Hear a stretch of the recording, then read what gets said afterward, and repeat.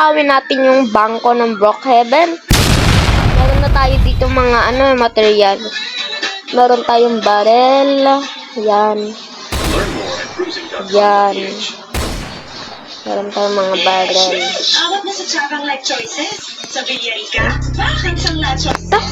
Ayan, nanakawin na lang natin. May magjowa dito. Parang nakatumira dito May magjowa. Pero okay lang yan.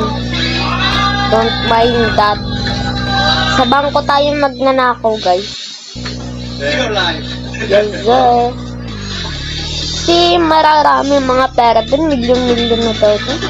Grabe, yaman naman ng mga nagugulog ng pera.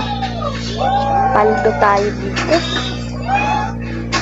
Ito na yung bahay na papasukin natin. I mean yung bangko. Ayan. Ito bang card? Ito ba yung card na yun? Kunin natin.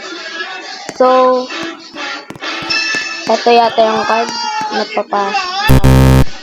Ay, hindi ito. Hindi ito. So, ito yun, guys. Ito yung card na para makapasok tayo doon. O, diba? So, papaputukin na natin to. Para makanakaw na tayo, diba?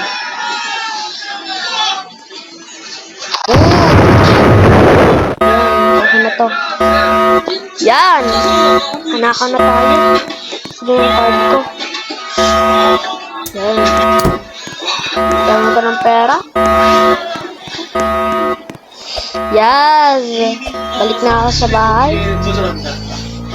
Baka may nakakita naman yata sa atin dito. Baka may nakakita. Wala naman siguro.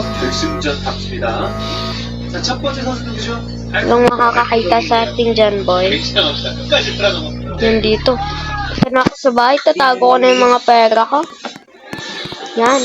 Ay, ano ba yan? Baka nakapasok. Yeah, hahaha. Madami na ako pera. Papagandahin ko na itong bahay ko. Nalapag ko na nga to. Yes, nalapag ko na. Yaman na ako neto. Yes.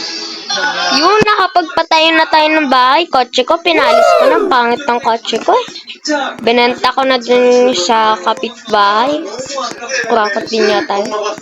Ganda ng bahay ko. Mananood nga tayo ng balita. Yung balita. Sana wala ako sa balita ngayon.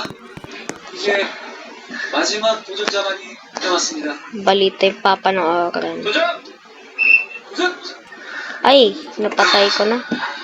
Ano ba yan?